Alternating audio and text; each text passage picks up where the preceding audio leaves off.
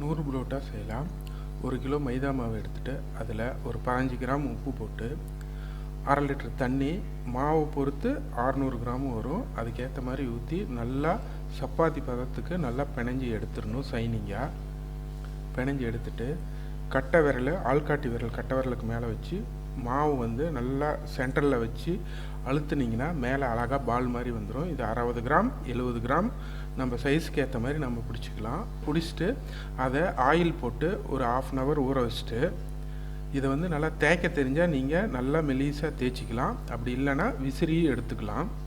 நான் வந்து நூல் புரோட்டா கட்டிங்கால் கரெக்டாக கட் பண்ணியிருக்கேன். அப்படி இல்லைன்னா நீங்கள் நைஃபால் கூட அழகாக கட் பண்ணிக்கலாம். கட் பண்ணி அதை சுற்றி எடுத்துட்டு ஒரு 10 நிமிஷம் கழித்து அதை நல்லா ப்ரெஸ் பண்ணி நல்லா தேய்ச்சிட்டு நல்லா ஹீட்டான தோசைக்கல்லில் போட்டு ஆயில் ஊற்றி நல்லா திருப்பி போட்டு